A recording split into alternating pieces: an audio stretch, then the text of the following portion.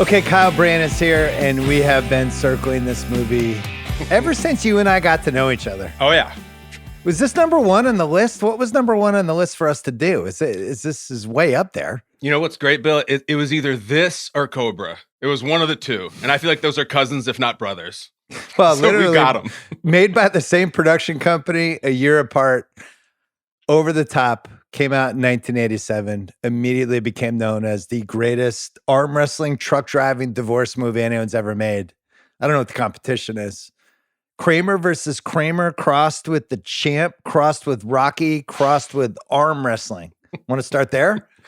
Yeah, there's a legendary Hollywood story that in an early draft of Kramer versus Kramer, Dustin Hoffman and Meryl Streep arm wrestle. And that's how they decided, but they decided to cut it and they went with something more authentic. I wish they would have stuck with it. We can start there. I'm also kind of in a bad mood, Bill, because I wanted to set up a pulley system for this pod where I can work my shoulder while we pod, but I couldn't pull it off in time and it kept falling down. It's just one of the many charming things. It just had not even mentioned it and you were just doing one arm pull-ups the whole time. I tried, man. I tried. So did all the truck drivers have that back then? Yeah, I don't know how the Department of Transportation would feel about their truck drivers taking 18-wheelers on the highway while getting in a shoulder burn. But Sly knows how to come up with cool stuff like that. It's one of my favorite parts of this movie. So Sly, in the mid-'80s, 85 to 87, does Rambo 2, Rocky 4, Cobra, and Over the Top in the span of 2 years. And we covered this in Cobra. Sly had a point before Cobra where if he's releasing a movie, it was the single most exciting person who could release a movie. And like 1986, even after Cobra, still super exciting. This time, he does everything we just mentioned with the arm wrestling, truck driving, divorce thing, but with a little kid with him that needs to be slapped the entire movie. It's the first one ever where you're rooting for father-son abuse. So can you just backhand this kid once? Can you do something? But he doesn't. I think what's interesting, Kyle, is that Rambo 2, Rocky 4, Cobra, and Over the Top, he's giving the same performance in each movie. That's great. I had this built I have it written down.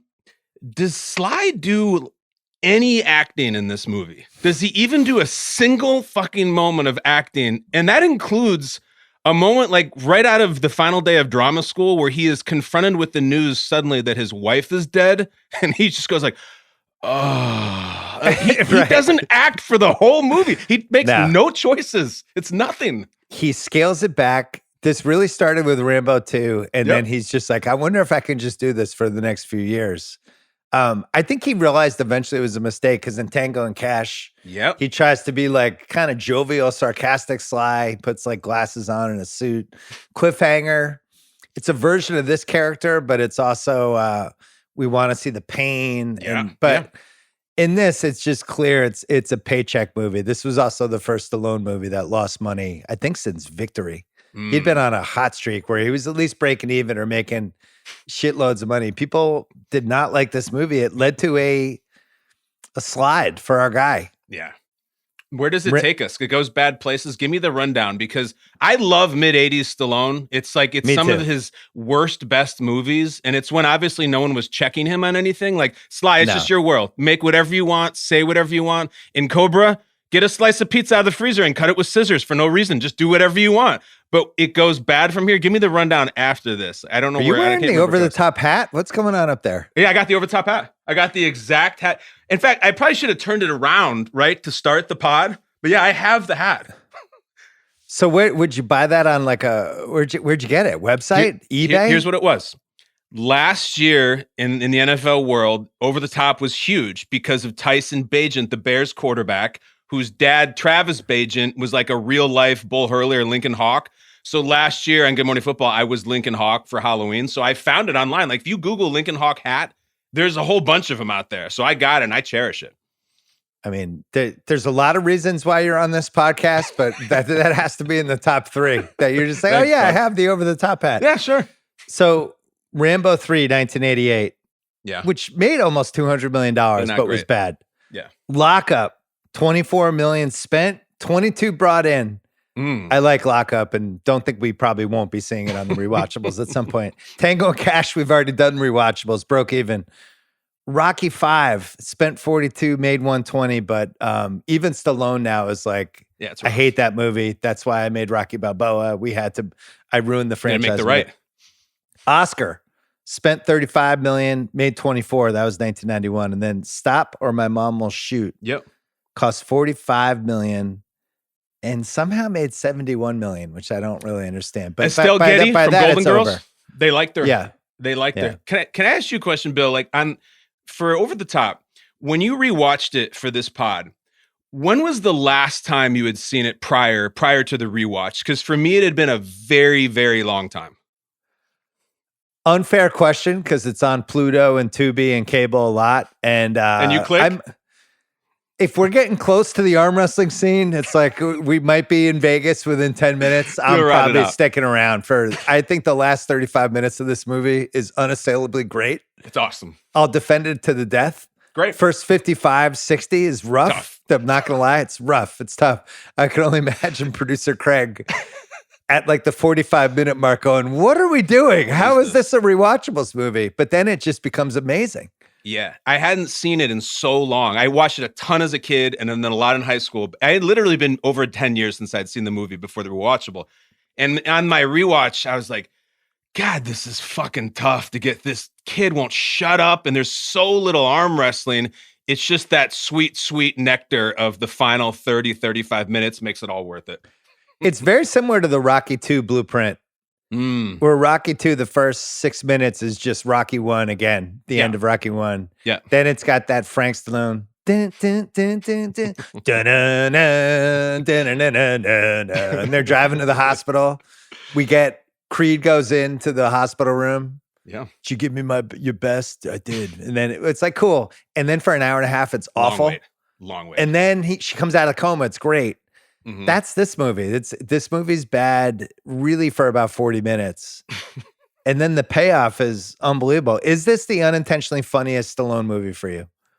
I can't get there. Cobra still number one. Yeah. It's Marion Cobretti. It's just with the gun tucked into the waistband and the snake on the gun. That's the best. But this is still very funny. Him fighting a cult in Cobra.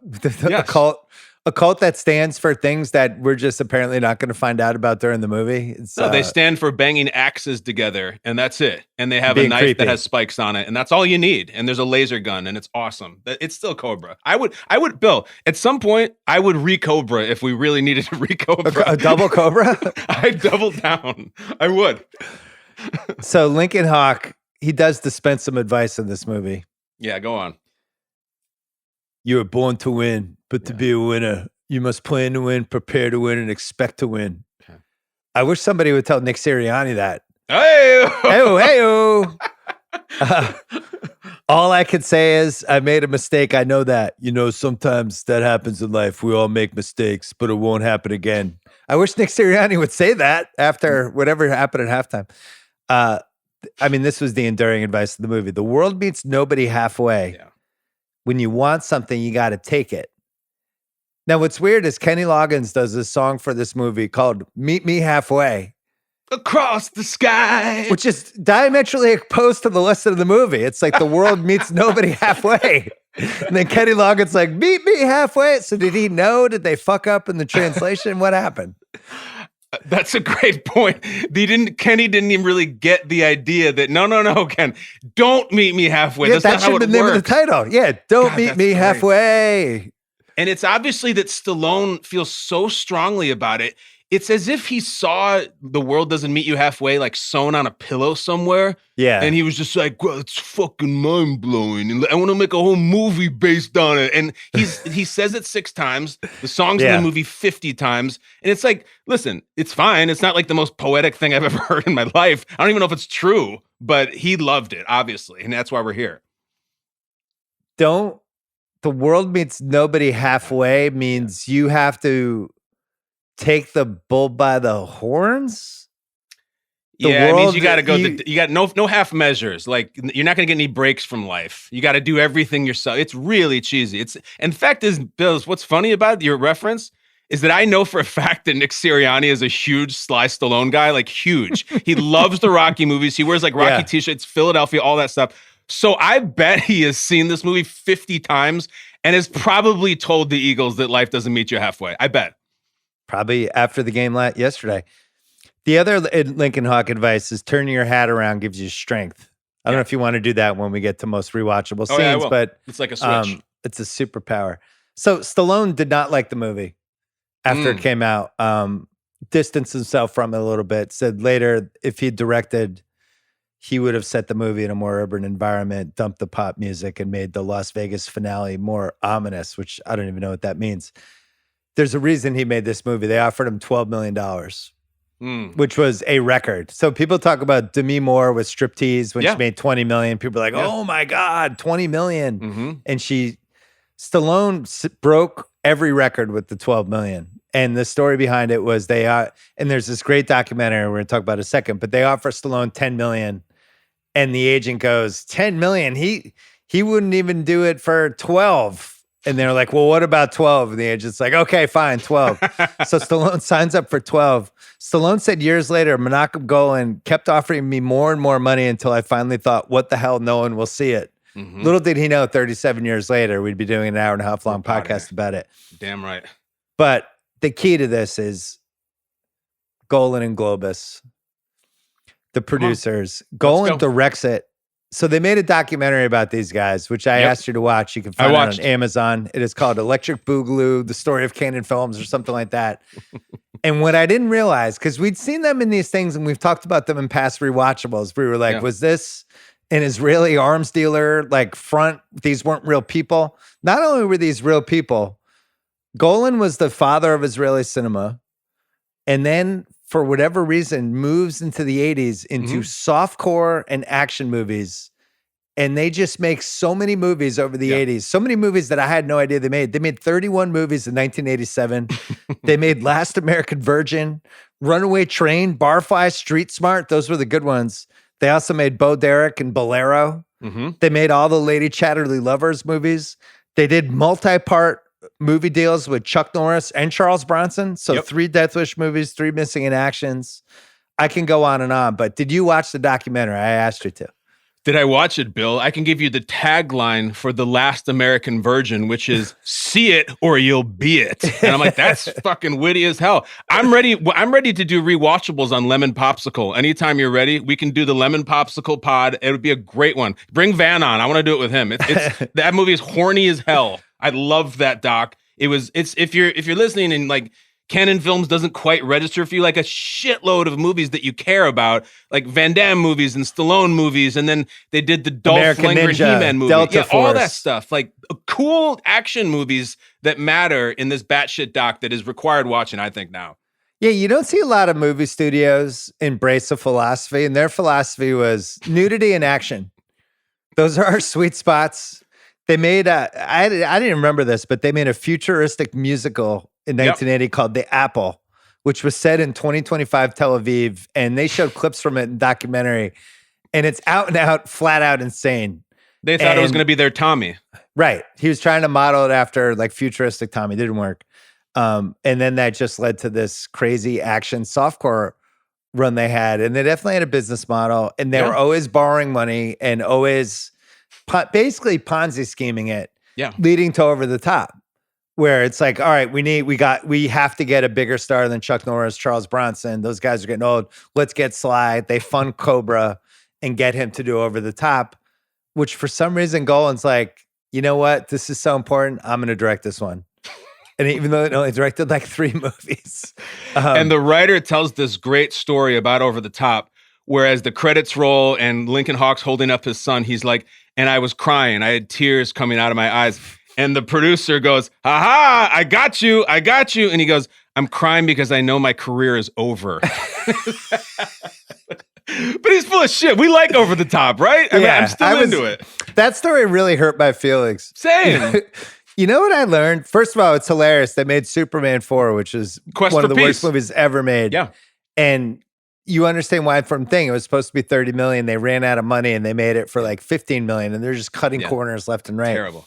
But what I realized when I watched that documentary, which I really loved, I would highly encourage people, if you like the rewatchables, I promise you'll like that movie. We need a 2024 version of these guys. Go talk about it. Just let's have somebody take back these softcore / auction action and just be like, I've done a five movie deal with Gerard Butler, and I've locked down Pam Anderson. She's making a comeback. Like that. Those people should exist. I don't know why we don't have that anymore. This was so 80s. It's just everything about the 80s feels illegal and druggy and just like every single idea is bad. I loved it. I really missed it. Even when you watch the doc, you're not actually watching the actual movies, but even in the doc, there's just so many boobs. It's just it's unbelievable. So much nudity. Yeah, and that's undefeated. There's always a market for that. There's nudity, and part of the doc is them explaining. Them telling the actors why there has to be nudity in a scene, but it's like a sword fight scene outside and somebody's shirt gets ripped off. It's like, I guess I'm going to have to keep fighting. With Faye Dunaway. She's whipping some lady who's naked and they're like, this is great. Keep going. Great. Keep going. Take 3. It's an awesome documentary. Anyway, this movie, $25 million budget. That includes the 12 to Sly. And it made $16 million. So Golden Globus, yet again, this is one of the reasons they were eventually defunct.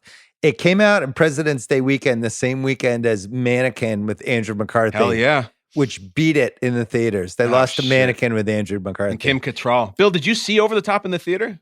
Oh, who are you talking to? Of course I saw Over the Top in the theater. What do you remember? Pure joy. I loved it. It was great. Did you see Mannequin in the theater? Boxes. Did not see Mannequin theater. As a child of divorce, giant Stallone fan, always kind of liked arm wrestling. I remember they did a really good job of the marketing leading up to it. I looked for this on YouTube. I couldn't find it, but I remember watching an ESPN segment on Sports Center about it. Inside Sports. It was like it was after John Walsh had left. The magazine was falling apart, but they did a big spread on it. And it's like, is arm wrestling the new craze? Oh, cool. So it had some of that. It was like, first we had pro wrestling. Now here comes arm wrestling. And I was buying in. I was like, where's this going? And the answer was nowhere. Well, now we have Dana White lets people slap each other in the face without defending themselves. So we have that. And that's always fun. Yeah. What's that called? The CTE League? Yeah, I think that is what they call it Slap unofficially. League? Yeah. I don't watch it. It's not my thing. As you know, I'll watch just about anything, and even I don't watch the Slap League. Yeah, but that would be, if they did this movie in 2024, it would be built around the Slap League. Imagine Bull Hurley just winding up and slapping Link across the face. He's just unconscious on the floor. There's no coming. You can't defend yourself. That's the whole point. Terrible. Or they're in the truck with his son, and he's just having his son just wail and hit him in the face over and over again to prepare for the tournament. Instead of the weightlifting thing, is, yo, Mike, just hit me. Just whack me. Roger Ebert did not review this movie. Yeah, probably not. Him and Siskel did a whole 4-minute thing that's on YouTube, and they excoriate it. Thumbs down. Yeah. Ebert actually says, one of the questions I had during this movie was why Stallone didn't haul off and belt that kid. The actual he quote. Said that? Yeah. Belt that kid.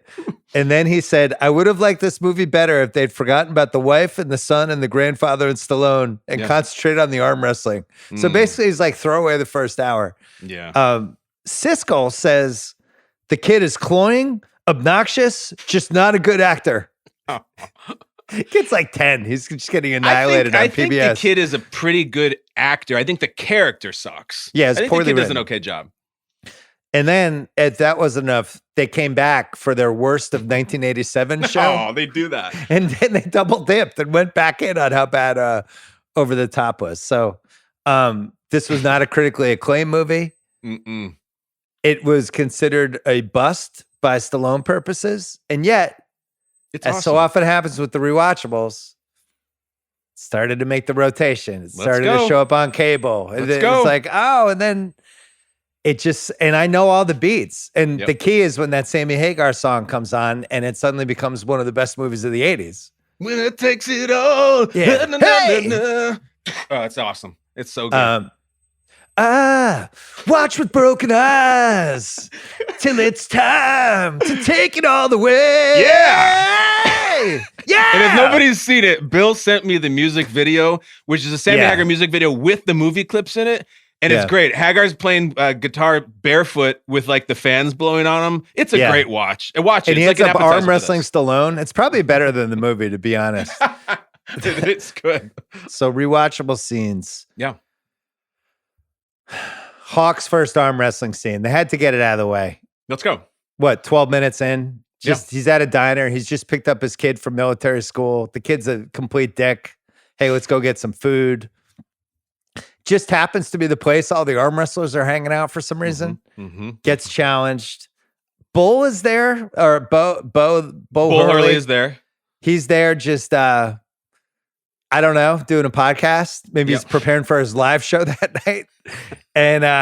And just a lot of taunting. We get to see Sly do his thing, does the hat turn, does the over the top. Where do you stand on the over-the-top move? I don't even want to do this later. I feel like we have to do this now. What was he the only person who did this? It seems high degree of difficulty. You're basically giving all your leverage away for 2 seconds. I couldn't have said it better. I've always wondered this. As he's being pushed down and stopping the push down with his 4 fingers and thumb, for some reason he takes 2 of his fingers and sacrifices that leverage, which doesn't make sense to me. I feel like that would be a death knell for you. Yeah, wouldn't they immediately just... Move. Yeah, you're basically holding him up with your ring finger and your pinky then. You'd be totally screwed. I don't get it. Right. He's starting to do the over the top, and the person he's fighting is going, oh, he's doing it. I'm just going to bam him. Like, him. Hey, that's it. For some reason, it's completely unstoppable. And then his kid does it, and it even works on Bull Hurley. But the scene you're talking about is the first one. It's when we get to meet the Smasher, who I fucking, if Crystal Meth was a human being, it would be the Smasher. He looks exactly all that entails. Yeah. And I also feel like that scene with the Smasher, Bill, has a little bit of to me, the action is the juice. Like they went to the Smasher and like, you're going to do a scene of dialogue with Sylvester Stallone. That's fucking Rocky over there. Like really bring it. And Smasher's turned up to 50 out of 10 for that thing, just tweaking. And it always amuses me. Yeah, they might have not even given him some cocaine. They might have given him all the cocaine. Just do another one, Smasher. Stick your face in this pile of cocaine, and then we're going to film this scene. And Hawk goes, well, don't believe everything you hear. And he goes, I don't believe it. I can take you. And I was like, Jesus, Smasher, take it easy. Man. Well, we also have Hurley coming over after, being like, you ain't got a prayer in Vegas. He says all of his lines like he's being interviewed by Vince McMahon in the mid-'80s. You ain't got a prayer in Vegas. Ted DiBiase, you and Virgil don't have a prayer at SummerSlam. It's like that. In Hartford, Connecticut on July 28th, you're a dead man. All right, so that's one scene. I'm going to skip basically all the father-son scenes with these two. Please do. I wouldn't think any of them are rewatchable. It's a little fun to watch the kid try to drive a truck when Celeste says, no, a milkshake feels. But for the most part, pretty grim. Yeah, it's tough. We have the kid just trying to escape and running across the highway. Yep. I don't know if you've seen, there's a YouTube video, and I was upset. It only had 15,000 views. It's called Molester Stallone. No, and it's I hadn't seen it, but then I watched it when you sent it, so yeah, I've seen it. It's an over-the-top remake of Sly Stallone. Basically, it's a child abduction movie thriller with Sly Stallone, just with scenes cut from this, and it's actually great work. I was upset it didn't have more views. Our next big scene, though, is Mike's big arm wrestling scene. Yeah. Where he takes on, it's funny you said the crystal meth thing before, because the kid that he arm wrestles, I wrote down, was crystal meth Zappa. He's crystal meth Johnny Lawrence. He's just got this spiked out hair. He looks zonked out. It feels like he's on some sort of drug, or he had too much soda. Not sure what. And Mike Hawk has no chance against this kid and somehow defeats him. Mike Hawk has zero chance. I have it written down as that kid as the Hills Have Eyes kid, who is just like a poster for being inbred. And like that, you just mentioned at the end. So first of all, they do a best out of 3. Mike Hawk gets destroyed in the first one. And then like there's this cockamamie thing where Stallone gives him a speech about believing in himself, and then suddenly he can beat him twice in a row. Like this isn't boxing. It's just pure strength against strength. He would get destroyed every single time by that kid. I think it's the 3rd time the kid cries in the movie, and we're like a half hour in, maybe less. It's too bad he didn't get hit by a car when he ran across the freeway. I bet Lincoln was hoping he would. It's a better movie. He loses the first fall out of 3. Yeah. Starts crying, runs out. Yeah. Stallone chases him. And the kid goes, grandfather always said you were a loser, and now you're trying to make me one, and I hate it. What's the response to that? Slap. It's the 80s. It's the 80s. At least like a hard finger point to the cheek. Well, like kind of like try to paralyze his face a little bit, but it's some sort of contact. I think at very, very least you do the elbow grab, that firm elbow grab. That you know, too firm. Yeah, and then get your ass back in there. And by the way, that kid's never going back in there. I don't know how he is. 12. No 12-year-old in tears who just got destroyed on the arcade machine is going back in. He's not doing it. I think I agree with you, but you're underrating Sly's motivational speech. I think maybe I am. Do tell. Mike, I don't care what your grandfather thinks about me, okay? All I care about is you. Right. Now, you lost back there because you beat yourself. You told yourself you couldn't win. You're my boy. Now go back there and win. That was the speech. It's a good speech. You understand why he went back in. You're my boy. You're my boy, Blue. But I lost because you chose an older kid who's already on drugs and is stronger than me. It has nothing to do with anything that was said. This kid's terrifying. Yeah, he's going to rob us after this best 2 out of 3. Yes. Yeah, I think he's going to. I think he was going to ad-lib a different part of the speech. He was going to say, like, you can change the results, and if you can change, I can change, and everybody can change. It's like, nobody meets you halfway, especially in arm wrestling, because you got to push it all the way. All the way, not halfway. Well, Mike comes back and wins. Big win for Mike Hawk. I'm going to say losing to this kid who just cried after the first fall and had his dad there, and you have your friends there and you're just playing video games, and then you end up choking and losing best 2 out of 3 and losing money. Go on. Is that worse than the 28-3 Falcons loss in the Super Bowl, or is it right there? And did the kid put himself in the Ring of Honor right afterwards? Well, he can't, because unless he owns the team of that arcade, unless he owns that arcade. If he owns the arcade, he puts himself in. I do think it's worse because the Falcons were going against the greatest quarterback ever, and they were going against Mike Hawk. It's one of the all-time sports chokes, though. In chokes, really I think 28-3. I think Nick Anderson at the free throw line. I think Hillary Clinton. It's like the full-on blown leads. It's an all-timer. The kid's trained for 2 days. He has no muscle tone at all. Next scene. I just wrote down, Hawk shows up to Grandpa's mansion to get his kid. Mm-hmm. Grandpa played by the one, the only, the indispensable Robert Loggia. Robert Loggia. Just an incredible run for him. This is Over the Top in 87, Big in 88 on the big piano, and then Mancuso FBI, whatever that show was called, in 1989.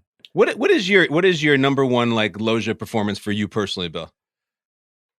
First of all, thank you for asking. Sure. I really appreciate that. Probably Big on the piano. That would be number one. Scarface as Frank would be number 2. And then, of course, Byron Mayo in the Officer and Gentleman movie that we've been talking about ever since, where we just see him basically having a threesome with his son. Yeah. I also really liked him in a movie that was an HBO movie in 1987 about the Chicago 7. Okay. I think he played the lawyer, but he was great in it. So we're in like peak Loggia time. He's also in Jagged Edge. He's good in that. Yeah. 80s were like his sweet spot. Yeah. What about you? What's your favorite? You know, I'm actually going to zag on this. I love him in Necessary Roughness. He's one of the football coaches with Heather Elizondo. And then in my weird off the beaten path one is there's an early 90s Dana Carvey movie called Career Opportunities, where Dana Carvey's a con man and Loggia is the girl's father. And it was like, we're going to try to make Dana Carvey a movie star. And Loggia was in it, and it was a perfect Loggia performance. So I love that one too. He kind of was in that Jack Warden. And I feel like Jack Warden, I think, was probably a slightly better or more respected actor. So he would get like the Heaven Can Wait parts and stuff like that. And Loggia was kind of working the seams. But Scarface was a really important character for him because otherwise he's just different versions of Loggia. In this one, he's on autopilot. He's clearly like, it's a 4-day shoot. Everybody is. Can you wire me the money? I don't take checks or I'll cash, one or the other. Right. I'm just going to come in. I'll yell at Stallone a couple times and I'll be done. Anyway. Lincoln Hawk shows up in his truck to Grandpa's mansion to get the kid back because the kid has left. They don't let him in. He decides to run over the gate of the mansion and then takes out a couple of those like concrete statue things. Yeah. And drives right to the front. I would say what he causes $1 million of damage, like $900,000 of damage. Yeah, on a large property. My take on the scene, I think it's a direct ripoff of the Terminator in '84. It's basically just "I'll be back," and he drive. And remember, Arnold goes by and drives the car through the police station. Schwarzenegger's in his head at this point. Big time. This is a few years later, and Arnold's blowing up, and he's like, "I need an I'll be back moment." I'm surprised he didn't even say "I'll be back," but it's the same scene basically. Good call. 5 cops arrest him. And I don't know, for some reason, it's kind of fun. I like that they went for it. Okay. Well, so we only had 3 rewatchable scenes in the first hour of the movie. And then, dare I say, the last 35 minutes, I don't even know what to not say was rewatchable, but Winner Takes It All, Sammy Hagar, the moment the tournament starts, it's the perfect song. It's in the running for best sports montage ever. Get into it. Let's go. There's it's a heavy hitters. Teen Wolf. Yeah. Win in the end. I'm gonna win in the end. We did that one together. Love, great jam. That was my first rewatchables ever. Was Teen Wolf. So I have a soft spot for that. Karate Kid. Joe You're Esposito. The best around. No one's ever gonna take you down. Joe Esposito. Rocky IV. I know you're partial to the training sequence. Yes.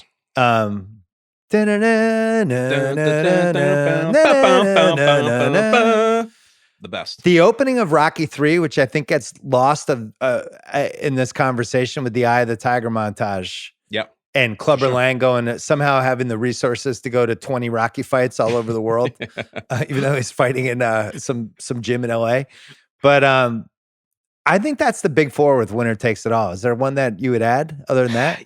You know, I might throw some love to another Cannon films. Bloodsport, the Kumite is really fantastic. Oh, great call. Great call. Yeah. Kumite. I have it in what is the best. Just tournaments and sports movies are always great. The question is like, has there ever been a bad tournament in sequence in sports movies? And I don't really know. I can't think of one. It's perfect. Yeah, the Kumite. Yeah. Even though that song's not great, but you're meeting a lot of characters. You're seeing a lot of like quick knockouts or finishes. And, if I had to pick though, if you had to pick one out of all of those, Win in the End has some flaws. Like Michael J. Fox makes the same layup, I think 4 times. Yeah. And I don't count the Rocky IV because it's not a tournament really. I think it's Karate Kid. It's so fun to watch, and there's high school kids, and one of them just died just a few weeks ago. Yeah, Chad McQueen. Yeah, so I still LeVar from Revenge of the Nerds is in there. Like there's all kinds of fun things. I like that one. Still don't know how Dutch beat him. I don't know either. They wouldn't even really show it. They were just like, point, match. And it's like, controversial. Wait, what happened? All right. Anyway, Winner Takes It All is way up there. So this goes from this weird divorce arm wrestling truck movie to all of a sudden one of the best sports movie montages we've ever had. There's good interview montages. Oh, yeah. We get the semifinals intro montage where we get quotes like, when I get to that table, that person, I don't care who they are. They're my mortal enemy. I hate them. That's one. Lincoln Hawk goes, what I do is I just try to take my hat and I turn it around and it's like a switch that goes on. I don't know. I feel like a truck. Like a truck. I feel like a machine. Harry Bosco. Yep. My whole body is an engine and this is a fire plug. Harry Bosco, the face of Alka-Seltzer, right? Yeah. And then, and I'm going to light them up. And then we get Hurley going, I drive trucks, break arms, and arm wrestle. It's what I love to do. It's what I do best. Being number one is everything. There is no second place. Second sucks. Really good advice, honestly. Sew that on a pillow. Second sucks. I don't want to step on life lesson, Bill, but second sucks is concise as hell. Yeah. I like how they film it. It's a little ahead of its time, documentary style. It's awesome. A documentary that I don't even know who the documentary is for.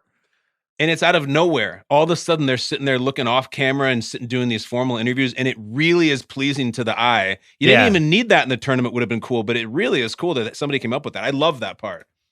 I mean, the arm wrestling tournament probably could have been 20 minutes more. Bull Hurley says, that's my area. He's got no shitting business there. I've never even heard the word shit used in that context ever, but it works for me. It's all gold at that point. And there's this whole world we're going in where it's like double elimination. That's how you get knocked out. If your hands slip apart, they bring in the strap. The strap just seems super dangerous. Yeah. You could have your elbow snapped. We actually see a guy get his elbow snapped, which apparently actually happened. By the way, I have elbow snap guy in contention for Dion Waiters. I fucking love that moment. The fact that they left that in there, that poor guy got his arm broken in half. You probably should take that out, Cannon. Right. And he's looking at it. It's like, ah! It's like 3 seconds later. What was it, like a dislocated elbow? Yes. I dislocated my elbow. The last time I ever carried a football in my life was ended with an elbow dislocation. It is a searing 10 out of 10 pain. It's horrible. It's horrible. Even hurting your funny bone seems awful. That seems like 100 times worse. We have another scene when he goes up into the presidential suite at the Hilton. Sure. To go see Robert Loggia.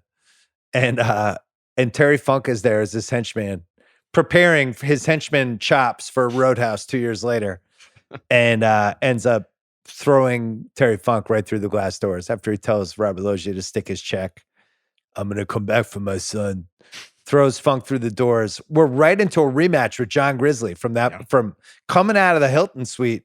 We're fighting again. One thing I forgot to mention that I like with this movie is that we do see him lose once. Yeah. It's a little Rocky 3-ish where he loses the clubber and it's like, oh, we're doing this. I didn't realize and Bob Beatty's going, it is a double elimination. You have to lose twice. Double elimination. Again, it's a double elimination.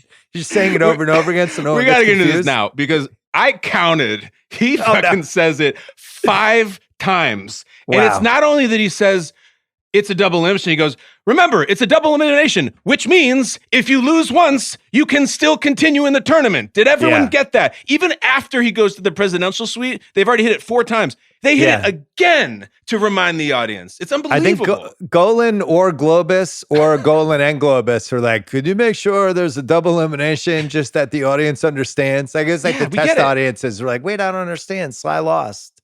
Also, unanswerable question. If it's a double elimination, shouldn't Bull Hurley get to go again? Later. Come on. No, Is that your hottest take? I'm sorry. Did I step on it? We were there. No, I had that in nitpicks. It's a double elimination. Yeah. But we get to the finals. We don't have Bob Beatty, whatever his name is, come in and be like, it is no longer a double elimination. It's a single elimination from this point on. Which means if you lose once, you are now out, as opposed to the prior form, which was double elimination. Right. We actually kind of needed him to say that because he beats him, and it's like, all right, you should have had to beat him twice. You just told us it was double elimination. He says it 5 times. All we needed was once on the single. And by the way, Bull Hurley hasn't lost a single match in 5 years. Don't you think you get the benefit of maybe it's double elimination? He's the only guy who lost once and was out. Totally. Sucks. Well, he throws Funk through the glass doors, beats Grizzly, takes out Mad Dog Madison. Yeah. He's coming in as a 20-1 underdog. Now he's in the semis, leading to the next rewatchable scene. The controversial Harry Bosco match. Oh, let's go. Get into this. Not sure what happened here. There's a lot of chicanery leading up to the guys getting locked in together, and then and then all of a sudden he just gets him immediately, and Bosco's like, I wasn't ready. I'm not sure what happened with that one. Why they played it that way. There's a lot of talk about your shoulders have to be square, and there's complaining about the thumbs. And Bosco is a veteran arm wrestler at this point.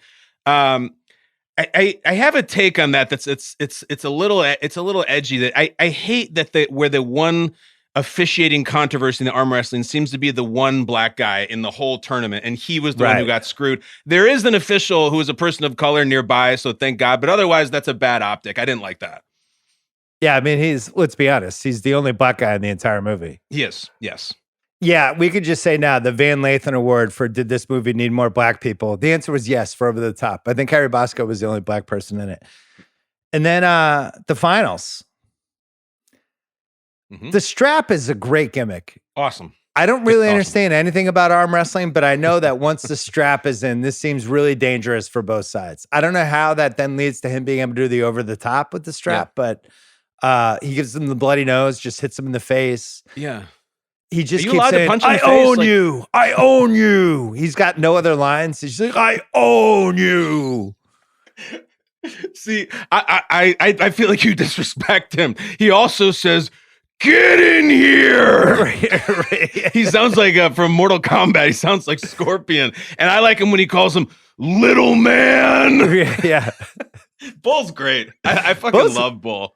So I always thought for years that it was the same guy that Snake Plissken fights in Escape from New York in the jail when they have and it's actually two different people. That was Ox Baker. This guy's name was Rick Zumwalt.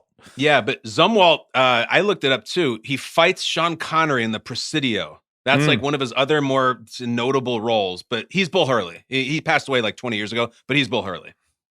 The other thing here is Stallone, and I don't know where it ranks for you, but he gets he had that weird kind of stroke side of his mouth, little, and he does this in Cliffhanger. He does it. There's the Rockies where, so he's doing with the, and I think this is the most he does this in a movie, right? Yeah. Is it Cliffhanger? Maybe the other one because he's hanging on mountains and stuff. I think the reason we get it so much is he knows how hard he has to sell how fucking boring arm wrestling is. And so he's doing some huge face acting because this ain't a boxing match. He's not climbing a mountain. It's a 2-second thing where he pushes someone's arms down. So he's face acting like crazy. And he's always had that thing out of the side of his mouth, which is like this bizarre. He even mentioned when they went to do the Rocky movie, the one with Mason Dixon, The Line, the kid who plays his son, Milo Ventimiglia, was cast in part because he yells out of the side of his mouth, which is a weird thing to do. But he does it for the whole movie here. What's your most rewatchable scene? I mean, listen to me. I would sooner turn off the Copa scene in Goodfellas than I would turn off the tournament in Over the Top. I would turn off the beach scene in Saving Private Ryan. I'm not turning off the tournament nonstop. Last 30 minutes. I'm great. Sammy Hagar is the key for me too. Damn right. Yeah. Okay. New category. What's the most 1987 thing about this movie? I will give you the following choices. Arm wrestling as a potential hot fad. Sammy Hagar in his prime. Yeah. Bob Beatty. Bob Beatty. Bob Beatty. TWA. No, that's a great call. Or the soundtrack, which was released in 1987, contains music from Frank Stallone, Kenny Loggins, Eddie Money, and Sammy Hagar. What is the most 1987 thing about this movie? Well, of the choices, it's the soundtrack. But my off the board answer is there's a brief shot at the tournament where Stallone is working out on a solo flex machine. That kills me. Because Solo Flex, if you used to watch TV, every other commercial at night between American Gladiators and ESPN and everything would be Solo Flex commercials. Hey, goodbye, you guys. My dog is in here now, too, and my daughter. Get out of here. Clear out of here. Go on. We're talking about Solo Flex. You don't know what that is. So I had a Solo Flex in the late 80s. You had one? I had one, and I used to use it, and I think it gave me a variety of physical ailments.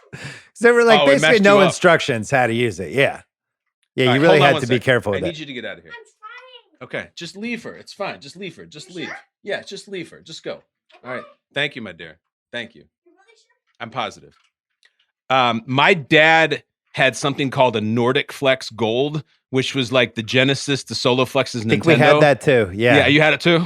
Yeah. They might have also had that. What is it? Nobody went to the gym really for this stuff until the kind of early mid 90s. No, you had the machine. There was a whole home equipment thing that was going on. Yeah, and it was bad because sometimes like husbands would get it for their wives and stuff. One of my friends' dads used to always get his wife like a Nordic Flex, and like, you can't get that for your wife, dude. But Sly hits it really quickly, the Solo Flex. That's hilarious. That's like my that's definitely the answer. That's even better than TWA.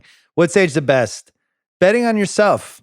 Lincoln Hawk goes in, he takes 7,000 for his truck, puts all of it on 21 odds on Lincoln Hawk, which is something that we've seen now. Boxers and UFC people, they'll go to casinos. Floyd Mayweather used to do this. This exchange for what's age the best.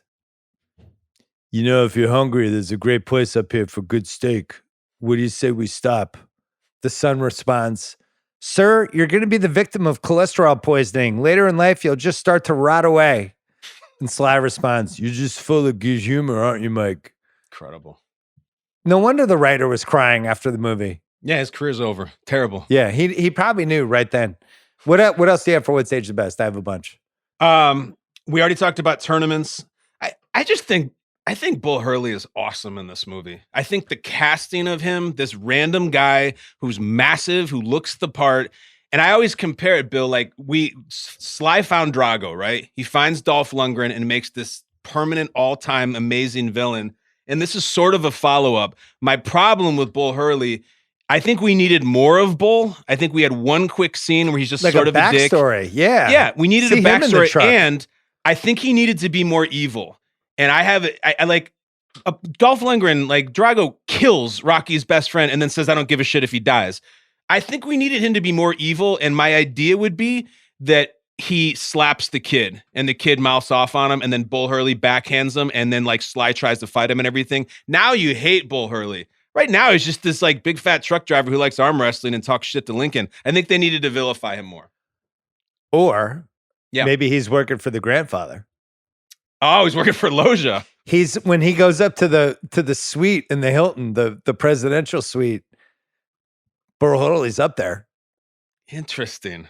You know what? Because I think that Loggia bet like $1 million on Bull Hurley to win the tournament. Like he's there, he's rich. He's like, just bet it on the favorite. I'll double my money. Because when they show him after Bull Hurley loses, he's really pissed. And I don't think it's just about Lincoln. Yeah, you're right. See, these are two scenes we needed over 2 phone calls from the dying mom. That's right. Are you getting along with Sly? What's aged the best? Evil Robert Loggia. Yeah, he's great. What's aged the best? The Sammy Hagar video I sent to you, as well as the words in the opening credits, a Golden Globus production. You just know you're headed for some sort buckle of ride. up, baby. Yeah, buckle up. So there's an SNL sketch from the mid-90s, which I'll tweet from the Rewatchables Twitter account tonight. Sly is hosting, and Norm Macdonald gets in a car accident. I know the sketch. And Sly goes to help him as a good Samaritan, and Norm just starts ragging on his movies and starts making fun of Over the Top. Yep. It's hilarious. It's really good. He's making fun of Judge Dredd, Over the Top, all his bad movies. He takes shots at Cobras, and he even says, like, you know what Kramer versus Kramer was missing? Arm wrestling. Right, Stallone just has to kind of back him up. It's a great sketch. You got to tweet that because I've been looking for that. Yeah, I have it. I found it. The opening song in this movie, which didn't get enough acclaim, in my opinion, Take It Higher. Da-na-na-na-na-na. Take It Higher. On the wire. It was by a guy named Larry Green, who never really made it. Not a great name, Larry. Yeah, he should have called himself like Larry Rocket or some sort of more 80s thing. But I always thought that song was solid. I liked it more than Meet Me Halfway. That was kind of like for Loggins movie purposes, that's not on the Mount Rushmore. All right, so you brought it up. Like, I'll ad-lib a Loggins Mount Rushmore in the 80s. All right, so you got Holiday Road is on there from Vacation. Yeah, you got probably It's All Right from Caddyshack. Like, that's pretty iconic. No, that has to be on there. Okay, and then I think you got 2. Danger Zone. I think Danger Zone 1, and I think Playing with the Boys also from Top Gun is 2. I love that thing for the volleyball scene. Well, how's Footloose not on there? Yeah. It's almost like a 5-song Mount Rushmore. Regardless. Okay, yeah, Footloose got to be on. Meet Me Halfway is not on there.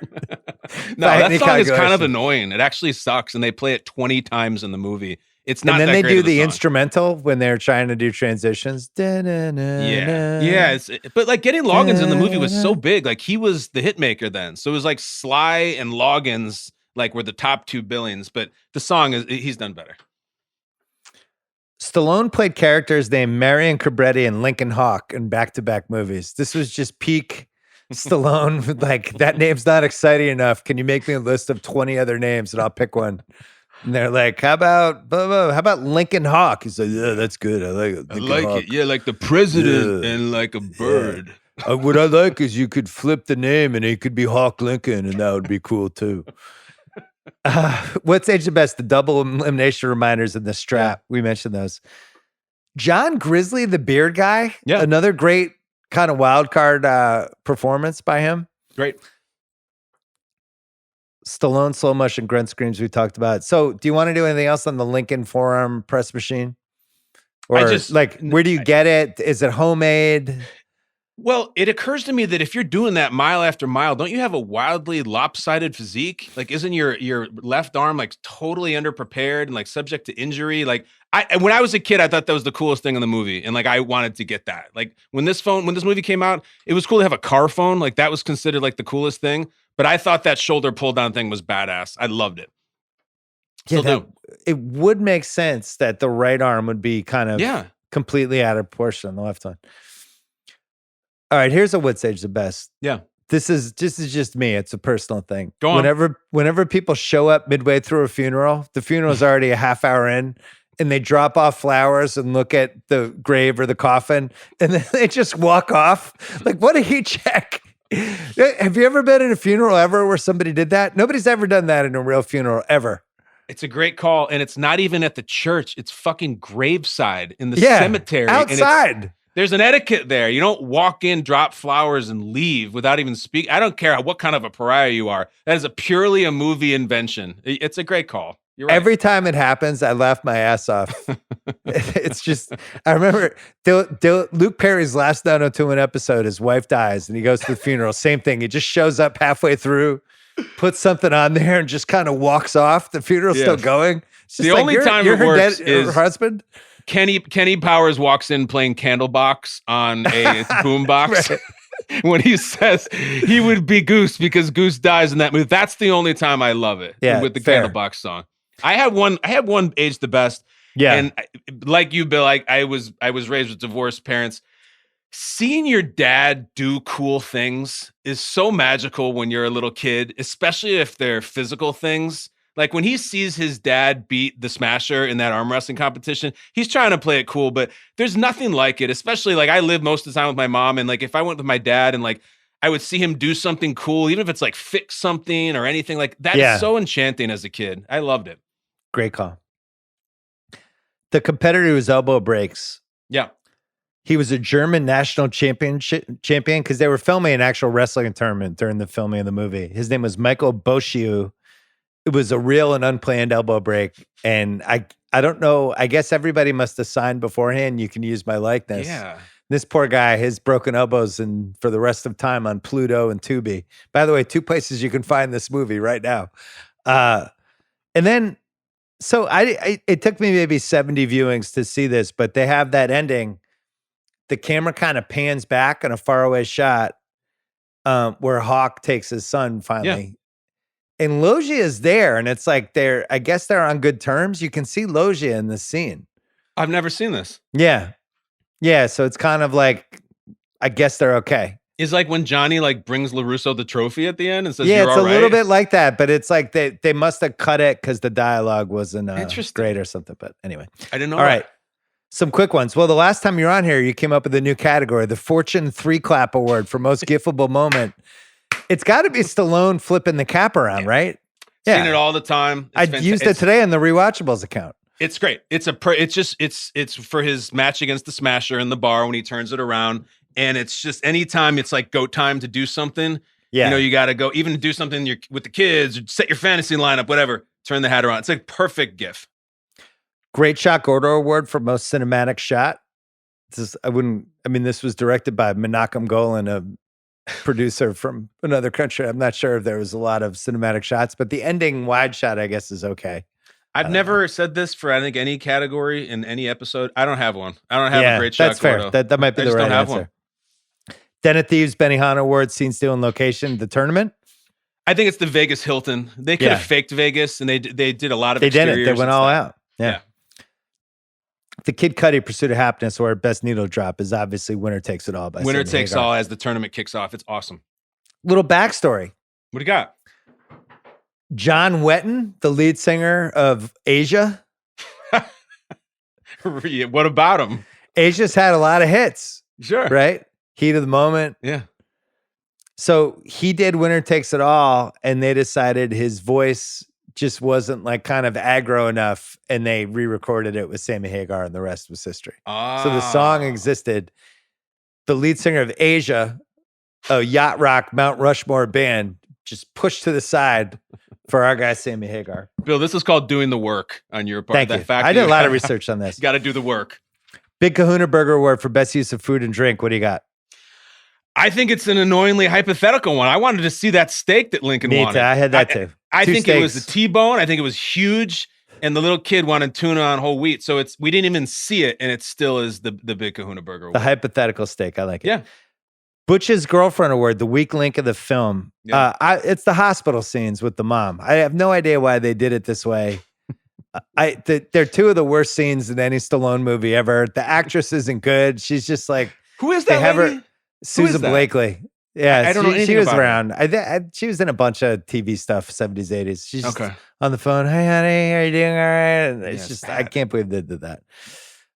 What's age the worst? We're going to do right after this break. Yeah, I have a weakest link that's kind of a conversation. Oh, give me one. Give me one. Then we'll do a break. So they spend the whole movie talking about what happened with Lincoln and the kids and the family and why he left. And they never reveal what happened, which is not how storytelling works. You're supposed to have a scene towards the end of the movie where he reveals that he killed a man, or that like he hit Michael, or he did something terrible. All it ever is these hushed tones about, I made a mistake, I won't do it again. Even the mom says he had his reasons. You have to tell the audience why he abandoned his son for 10 years when the whole movie is about father and son, and they never do. It's preposterous. Well, he kind of does it during the presidential suite. What does he scene. say? He says to Loggia, he's like, you would tear us apart.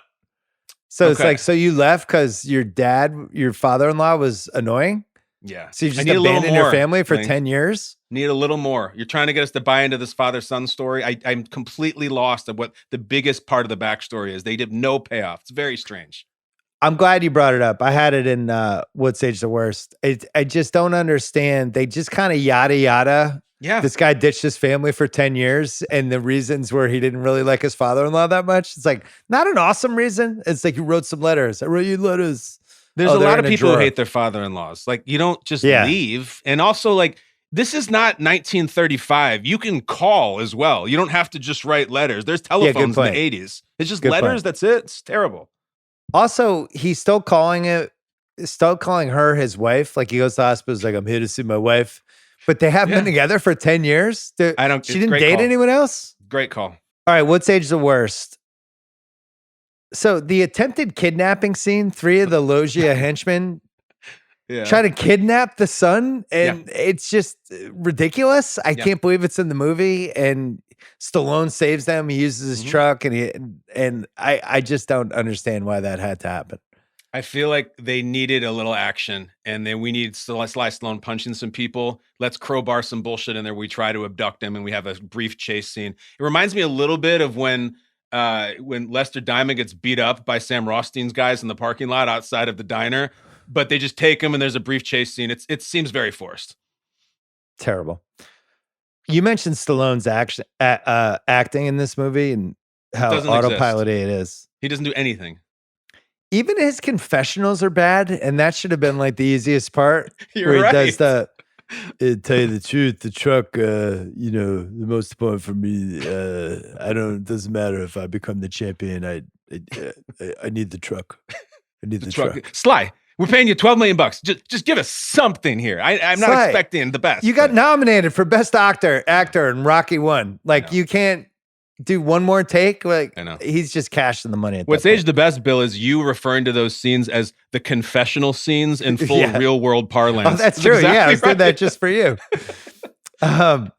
There's in the credits music by Giorgio Moroder, who is the guy who did like Officer and a Gentleman and like some awesome scores. And it's classic. Like, where was Giorgio in this? They just funneling money from him. Yeah. Or they went with Loggins, whatever. That's all I got. Do you have any other What's Age the Worst? We've covered a lot already. I have one weird one irreverent one. When you rewatched it, why are they constantly going back and forth be calling him Hawk and Hawks? What is this? Half the characters call him Hawks and address him as Hawks, and then the rest of the time he's Hawk. And even when the kid finds the letters to his mom, which Lincoln wrote, the last name is Hawks. So I get that there's some continuity things in movies like this. You can't keep changing what the main character's name is. It's really strange. Lincoln Hawks, and then sometimes they're like, "Hey, Hawk, sit down." And then there are times they'll be like, "You Hawks." It makes no sense. So do you think there was a scene where he changed his last name? I think in the middle of shooting, they're like, "No, let's make it Hawk instead of Hawks. That's closer." Hawk sounds cooler. Half the movie they call him Hawks. Like, Bill, if you just started podding one day, is like, "Yeah, this is Bill Simmons." And I'm just here, and you're like, what the fuck? It's Simmons. There's Simmons. Like, it is so distracting. And you can watch this over and over. They keep calling him a different name. The other age, the worst. Bill, when's the last time you've splashed on some Brute cologne? Because it's been a while for me. And their slogan on the side of the truck, smells like a man. That should have been the most 1987 thing about this movie. Brute Cologne and Solaflex and TWA. You're right. There were pistols being drawn between Brute Cologne and Skin Bracer. Yeah. And I went the route of Drakkar Noir, but the Brute Cologne smells like a man. You just wouldn't see that these days. The Ruffalo Hannah Rubeneck Partridge overacting word. Loggia has a couple. There's always a way to bend the law. It's not your job. There's a couple of those. He's probably the winner, unless you want to give it to Rick Zumwalt for Bull Hurley. Get in here. No, it's Loggia on the stairs too. Like he's obviously really pissed. A truck just drove through his fucking house, but he's damn you, damn you. It's him. It's Loggia, and that's why he's there. Was there a better title for this movie? I don't think so. It's come to have a great second meaning because it's so excessive and over the top symbolically and everything that it does. It's a great title. Also, that's his move. They say in the movie, it checks a lot of boxes. The Kenny Diggett Award for most memorable quote has to be "The world meets nobody halfway." Remember that? Yeah. Okay. It just occurred to me, Bill, that you and I both were so confused by the over the top maneuver. Like, arm wrestling Twitter and arm wrestling Reddit is going to have like such a field day with that. Like, no, they don't understand that the fingers here. I don't understand. Neither one of us get how moving the fingers works. Don't get mad at us. We don't understand. Please. We're not even casual arm wrestling fans. My arm wrestling knowledge is from this movie.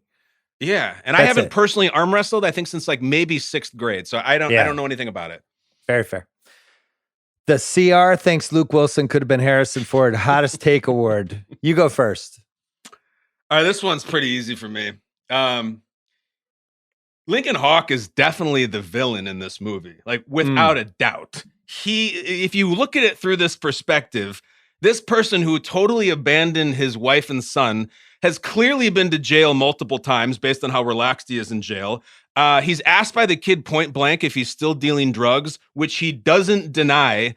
I personally think that he's on drugs for like the entire movie. He's ridiculously shredded for a truck driver. He recovers from injury immediately after getting injured in the tournament. Also, this guy like plays on the sickness of a dying woman to get her and to manipulate her to give custody of the son.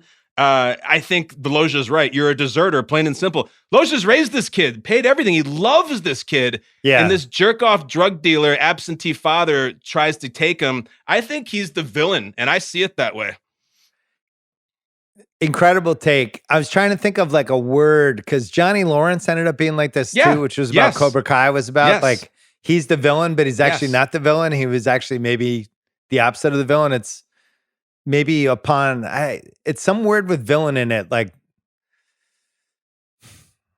I don't know. There's some word. Somebody's got to come up with it. It's not hero. It's not villain, but it's. I don't know what it is. I know that nobody crashes a semi-truck into a house unless you're on some kind of narcotics. Like that's not something that someone who's not on drugs does. I think he's nuts. And I think that that's like Macho and Karate Kid. Yeah. I know. Like, first of all, stay out of Johnny and Allie's relationship. Yes. Maybe don't punch somebody during soccer practice. Maybe don't do the skeleton, the prank in the bathroom. Yeah. Like, you had a lot of this coming to you, dickhead. Definitely. He has a quick trigger with that punch at soccer. What is what's your hottest take? You got one?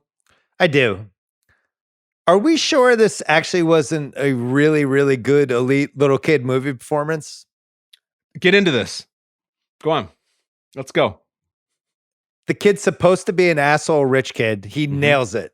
You're supposed to hate this kid. Well, mission accomplished. That's how the thing's written. He's great. Cries on command multiple times. Pulls off the arm wrestling thing against Crystal Meth Zappa. Cries 7 times convincingly. Mm-hmm. Breaks out of the mansion, drives a car to the airport, doesn't have a nav system or Waze, like just figures out how to get there. He dumps the car in front, figures out how to get on the plane, buy a ticket, figures out how to sneak out of the plane, ride through the cargo, get out of there, get to Vegas, right? Figures out where the Hilton is, somehow brought enough cash with him. Like, he checked every box. The kid's 12. Gets in the tournament. Everyone's looking for him. Still figures out a way to support his dad for the semifinals. I don't know, man. Maybe we need to reevaluate this. I think it's might have been a good son. Maybe so. I think it's Haley Joel in Sixth Sense. I think it's Anna Paquin on the piano, and this kid. I thought Dakota I Fanning think, and Man on Fire and David Mendenhall and Over the Top. I think this kid is a really good actor. I think he is too. I think he gets a bad rap. I tried to find some other Mendenhall for the pod, and you know what I stumbled across? Shortly after this, he was in an episode of Different Strokes, and he's the little kid in school who's selling drugs. So like Arnold meets him for like a drug meetup, and I watched the scene. Very good in the scene. Very good. I think he's a good actor. I'll take you one further. He was in General Hospital for years back when I was watching the first part of the 80s. Yeah. So when he was in Over the Top, it was like, oh, the General Hospital kid. He's a good actor. Yeah. Never really worked out, but could he have been Will Wheaton's character in Toy Soldiers? I think he could have. Could he have been a mafioso? Maybe. It always comes back to Will Wheaton's accent, earring, and rabbit punchers in Toy Soldiers. Every pod leads to that. It's a good call, dude. Casting what ifs. Don Johnson, my guy, was the first choice for Lincoln Hawk before they decided to overpay Stallone. It's an interesting movie. I don't know if I'm buying skinny Don Johnson as an arm wrestler. Yeah, or a truck driver. I mean, that's a truck driver, drop dead handsome jacked truck driver. I don't know. Yeah. Rick Zumwalt was the studio's third choice for Stallone's rival. There was some arm wrestling champ, Cleve Dean. Nah. And they decided he was too big. And then they tried to get Ox Baker, ironically. And then Rick Zumwalt, who was paid $10,000 to shave his head, and he never grew it back. Best That Guy award. Mm-hmm. I'm going to make the case for Harry Bosco. Oh, really? Wait, what is that case? He's in other stuff? I don't know him. I know him from this. He's in IMDb, and you'll know it after I say it. Go on. Referee number 3 in Karate Kid. He's one of the refs in the tournament? He's one of the refs in the tournament. He's not the final ref, but he's one of the refs. He also, for the Cheers fans out there, the greatest sitcom of all time, he has a really important Cheers episode where he plays Louis the mailman. Cliff's getting bullied at work getting bullied at the bar. Yeah. And he decides to bring Louis the mailman with him as like protection to beat this guy up. And then Louis figures out why, and he ends up getting mad at Cliff and leaving. There was My Bodyguard mailman version. A little bit. Yeah. But Cheers at that point was being watched by 20 million people. So Karate Kid and Cheers. Also, his name is Sam Scarber. 2 years in the NFL, played running back for the Chargers, 2 touchdowns. That guy's a running back? He's huge. CFL for a couple years. There's a CFL Topps card of him in 1972. So that's all. And then he's Harry Bosco. That's a pretty good That Guy case. I'm never impressed. knew his name. Sam Scarber. I would only submit I 2 really. I want to big ups to Dan Le Batard, who appears in the movie during the Smasher arm wrestling fight. Go ahead and watch the Smasher versus Stallone in the bar. The guy in the plaid shirt who officiates it is a dead ringer for Dan Le Batard. I thought Dan Le Batard right now. Yes, 2024 Dan Le Batard is in this movie in the Smasher arm wrestling scene. I love it. It cracks me up every time. Now it's my new favorite part. But the guy who's like maybe the greatest That Guy ever is the security guard for Mr. Cutler, who says, you're not wanted here, who sends him away with the truck. His name's Alan Graff. You know that guy. Yeah, he's a good everything. That guy. Alan Graff. But I like the case that you made. Deion Waiters award. Broken elbow guy. Bull Hurley is eligible. Well, if it's Bull, then it's definitely. Is he eligible, or is he the number 3 person in the movie? Well, my complaint about Bull is he's not in the movie enough. Yeah, so I think he's eligible. It's pretty low. Yeah. Or you go Mad Dog. I wanted to give Terry Funk a little love. Mr. Cutler is speaking to you. That's our guy Morgan in Roadhouse. There was always Barber College. But Bull Hurley is way better than him in this movie. So if Bull's eligible, I would go Bull. And if he's not, I would go dislocated elbow guy. If Bull is eligible, I guess that's my call, and I have to make it right now. So is he the number 4? I don't think he's eligible. I think he's in too many scenes. So broken elbow guy is our guy. Yeah. Little man. Yeah. I love Bull. Recasting couch director City. Can we recast Hawk's ex-wife and give him Deborah Winger? Oh, hell yeah. And really try to step up the acting for those scenes? I think that's a no-brainer. I also thought about Gary Coleman as Hawk's son. Just no explanation. Because Gary Coleman was still pretty hot in 1987. We've had multiple what you Gary talking about, Coleman Lincoln? references. Would you settle for Emmanuel Lewis? Either. Just it's not really explained. It's just the kid's so adorable. Really rooting for him. It's a breakout for the kid. You could also have gone Kirk Cameron. Kirk Cameron's in the zone right here.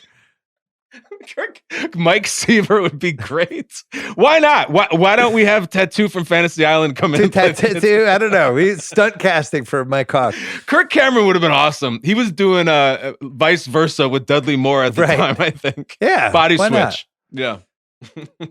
Tony Romo, Chris Collinsworth, or somebody else for the director's commentary.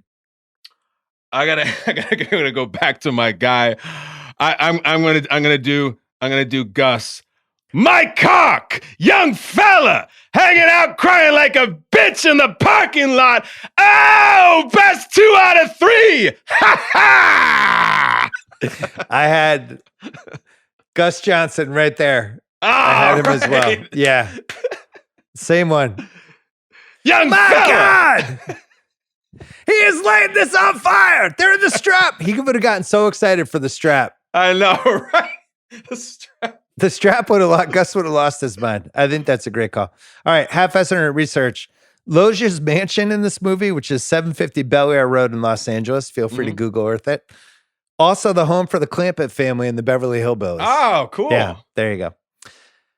The film was nominated at the 8th Golden Raspberry Awards in 1988. David Mendenhall. Oh no, they're gonna go at Mendenhall. Mendenhall won 2. He won two Razzies, one for worst supporting actor and one for worst new star. Oh shit! Worst new star is really tough. Let me ask you this: I don't know this. How's Mendenhall doing? Is he still with us? Seems all right. I googled him. Seems looks pretty good. Still does a little acting. I think we're all right with Mendenhall. I worry about this stuff sometimes. No, he's all right. No, I think he's okay.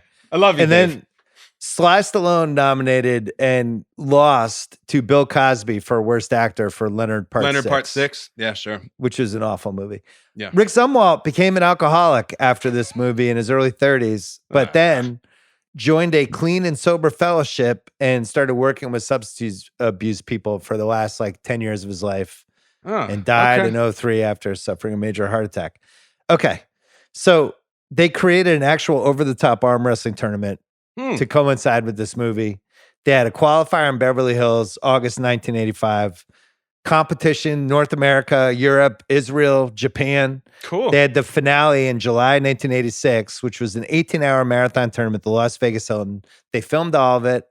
So a lot of the footage is from that tournament. And then the day after the real finals, Stallone comes in and films all his scenes with the crowd still there. That must have been awesome. He's a huge star. That's cool. He goes against Mad Dog Madison, played by Randy Rainey in this movie, who then battled him again in Rambo 3, a movie I've only seen once. Yeah, I remember it's really bad, and they play this weird sport with the indigenous people there. I didn't like it at all. Yeah. The real guy who won that truckers class over the top tournament won a Volvo white truck and trail mobile trailer worth about $250,000. His name was John Bresnik. Okay. He inspired Lincoln Hawks. There you go. Apex Mountain. Sly Stallone, definitely not. No. Golan Globus were kind of in the vicinity because they released 31 movies this year. Bloodsport is in production. Over the Top's being made. They kind of have figured out who they are. They're doing Runaway Train with John Voight, which was actually a good movie, and this is kind of the peak. So I'm gonna say yes, because you watched the documentary. This seemed like the heyday. Yeah, I'm trying to think. Watching the doc, what is their best movie? Like, what's their Hall of Fame plaque movie? Is it It's Runaway Train, Barfly, and Street Smart were the 3 kind of best movies they made. But I think Bloodsport's probably the biggest success. Bloodsport's fucking awesome. Okay, has to be, right? Yeah. I mean, for you, it's Cobra. Definitely Cobra for me. There's very few movies ever made that I love more than Cobra. So yeah, it's crazy that they didn't make Roadhouse. That feels like something they would have made. They're probably pissed. That was our idea of a cooler and Jasper right here. How did we not have this? Arm wrestling, Apex Mountain, unquestionably yes. I can't imagine it ever got bigger for arm wrestling. No, the only other movie I remember seeing it in was in The Fly with Goldblum. He like rips a guy's arm off because he has the powers of a fly. Yeah. But this is years and years later. They even just did on Hard Knocks recently when Tyson Bagent was playing. They showed his father and they played the song from the movie. HBO NFL Films did it, and this is going on 40 years later. This is the arm wrestling movie. It's the Citizen Kane of arm wrestling movies. It's not apex bound for divorce movies. Do you have one? It's Kramer versus Kramer, I think. Yeah, that won the Oscar, won multiple Oscars. It's still probably the best one, I think. Yeah, it was a little before my time. Mrs. Doubtfire fucked me up. I was going through my stuff with my parents. And that movie is such a downer at some points. Bob Beatty, whatever his name is, definitely Apex Mountain. Really important roles. He has a lot of lines. He could have been a Dion Waiters possibility. The Hilton in Vegas, probably not. Probably had some big boxing things, but not an unimpressive performance by them. Yeah, Terry I'm Funk, sure Bernard Hopkins fought at the Hilton in Vegas. There must have been a big boxing thing. Terry Funk, no. Evil Loggia, Scarface. Consider him evil in Scarface or no? I mean, he put a hit on Tony, but he kind of deserved it. Yeah, he's mixed up in some very evil things. I would put. And by the way, I don't think he's the evil one in this movie. I think he's actually trying to be the hero. Annoying Kids of Divorce. Apex Mountain. Has there been a more annoying kid in a divorce movie? I'm going to probably say no. I'm trying to think of those 3 kids in Doubtfire. They're all right. They seem like nice kids. No, nobody's as annoying as this. Rick Sumwalt, yes. Truck driving? Probably not, right? Because he's Smokey and the Bandit. Yeah, I mean, Jerry Reed in the truck was Smokey, or was he Bandit? No, Reynolds was Bandit. Yeah. It's probably, as far as I'm concerned, there's not a lot of pure truck driving movies that I watch with regularity. Paul Walker was in one called Joyride. That was like a horror movie. I like Joyride. I like Joyride too. Convoy happened. It really had its peak in the late 70s. Yeah. They made a bunch of them. Yeah. Sammy Hagar, unquestionably yes, because this is also the year his first Van Halen album comes out. So he's got Winner Takes It All. Then he comes out with the first Van Halen album. 5150. Is that one? This is what dreams are made of. By the way, I'm going to defend 5150. I think that album kind of rocks. Listen, I'm a big Van Hagar guy. I know the take is that he turned the best rock band in the world into Journey. Well, yeah, you know what? I like Journey too. I don't give a shit. I like it. It's not true. 5150 is a good album. Period. Yeah. I like Carnal Knowledge too. I don't care. Right now, it's the biggest. Crystal Pepsi, pass it over. He's huge. I don't go after Sammy Hagar for that. I really appreciate that. Yeah, man, I'm with you. I like that stuff. Van Hagar was good. Yeah. Las Vegas, no. And then drinking motor oil, has it ever been done better? He says, I'm going to go through you like gasoline through a funnel, and then drinks motor oil. It's really a gimmick. It would immediately kill you, I'm sure, but it fires him up. I like it. It would at least like send you in some sort of tailspin for like 5 minutes. Yeah. All right, this is an easy one. Cruise or Hanks? Well, I mean, it's got to be Cruise. I can't see Hanks in an arm wrestling movie. And it's the added benefit, Bill, of there's really no female with which he has to try to have sexual chemistry with. So that's fine. It can just be Cruise. He'll kill this role. Yeah, we didn't even talk about that. There's no love interest whatsoever with Stallone in this. He doesn't even like interact with a woman in this. Except his wife, who gets along with great and had ditched 10 years ago and hasn't raised their son. He's just on 2 phone calls. Yeah.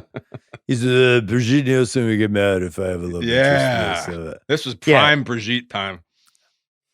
I got to be honest. This is a pretty cruisy cruise movie. Yeah. Like I could have seen him in this in like 1993, 1994 range. Cruise is like really in arm wrestling. He's training for four months a day.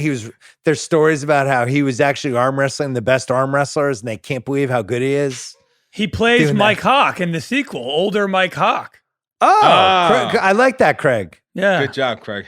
Over the top 2, Cruise as Mike Hawk, now an adult, early 2000s. He does his arm wrestling jumping off a motorcycle off of a skyscraper and arm wrestles in the sky. And he does it all by himself, and it's just crazy. Wow, it's really folly. Cool. Great stuff. Racehorse, rock band, wrestler, fantasy team name, the Lincoln Hawks. This is from my league. I've been in the same league 25 years. My friend Andy Miano had Hawk Hauling as one of his fantasy team names for years. Hawk Hauling. Great. So that's been done. Great. Pick and Nits. You mentioned the big one. If it's double elimination, why didn't Burl Hurley have to be beaten twice? I just don't understand it. How did a little kid drive to the airport without a navigation system, purchase a ticket, get on a plane, escape the plane, and get to the tournament without the internet or a cell phone? It's ridiculous. They don't even acknowledge how impossible this. The kid's not 15. What is he? 11? I have him at 12. Yeah, he's 11 or 12. He drives for a quarter mile of the semi truck while his dad helps him, and then he gets a pickup truck and drives it from Bel Air to LAX, and it's just no problem at all on the 405. Which, by the way, is a lot of back roads. It's tough. I thought about it. Like he probably had to take. I'm guessing. What do you got for the route? I'm guessing he's probably taking Sunset. A lot of lights on Sunset, and probably taking Sunset all the way to 405. Yep. If he's leaving middle of the day, I think there's a lot of traffic, actually. I mean, No- this could be no like way an he hour makes it- 15. No way he makes it off Sunset. That is a harrowing drive. Right. Yeah, that's tough. That's true. He probably flips the car on Yes, Sunset. definitely. I'm going to say an hour 15, but he also would have to know, like, he's got no navigation system, no map. He's like, oh, the exit to get on 405's coming up. Okay, I'll go south. Oh, no, now I got to get on the 10 and hit that way. And I just don't see it. No. So for an arm wrestling tournament in 1987, you win a $250,000 truck. Yeah. And $100,000 in cash. Yeah. That seems super high. It's a lot. It's a lot. Like Nolan Ryan was making $1 million in 1987. People are like, whoa. Michael Jordan was making $400,000 a year playing basketball in 1987. When you would go on a game show like Supermarket Sweep, you would walk away with like $800 sometimes. And it was like, wow, big winners today. Yeah. And like, it's 100,000. I guess they make it that to say that like he could start his new life now and he needs more money than that. That's a But lot of money. $100,000? Come on.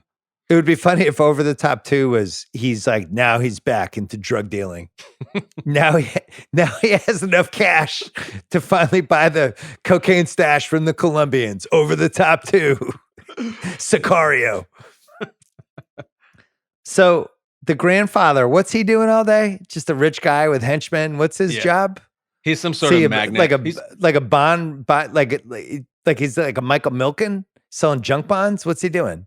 I think he's closer to an older Gordon Gekko. Like, I think he has worked really Hedge fund hard guy. and made a ton of money. Yeah, like self-made, all of that, which is why he says he has no family other than Michael. So like he's self-made finance guy, like super, super powerful. You think he owned like magnate. Staples, like the chain of Staples, those stores that sold, like computer stuff and office supplies, things like that. office supplies. Yeah, I think it's he owned something like a whole shitload of Kmart's, like in the 80s. Kmart was big, and Burlington coat factories, but definitely retail outlets. And he owned a shitload of them. He created Foot Locker. Like he had his own plane. This guy was fucking loaded. His house was gigantic. The employees are going to wear referee shirts. He's got henchmen with him at all times. All time. When you're henchman rich, Definitely. yeah, that's a whole other, your own plane and you have your own henchmen. You're like almost a billionaire. You can green light a child abduction in public, Rich. Like, yeah, you can move mountains, man. Why wasn't he just wearing pajamas all day? I don't know. He works surprised hard. he was He a wants the sun pajama back. witch. Lincoln Hawk was the only one who knew how to do the over-the-top trick. I have as a nitpick. Nobody else had that in their arsenal. I have one big one, but do you have any other nitpicks? Two quick ones. First of all, 20-1 seems way low as the odds for Lincoln Hawk. They said there's 500 people in it, and they refer to him as a newcomer.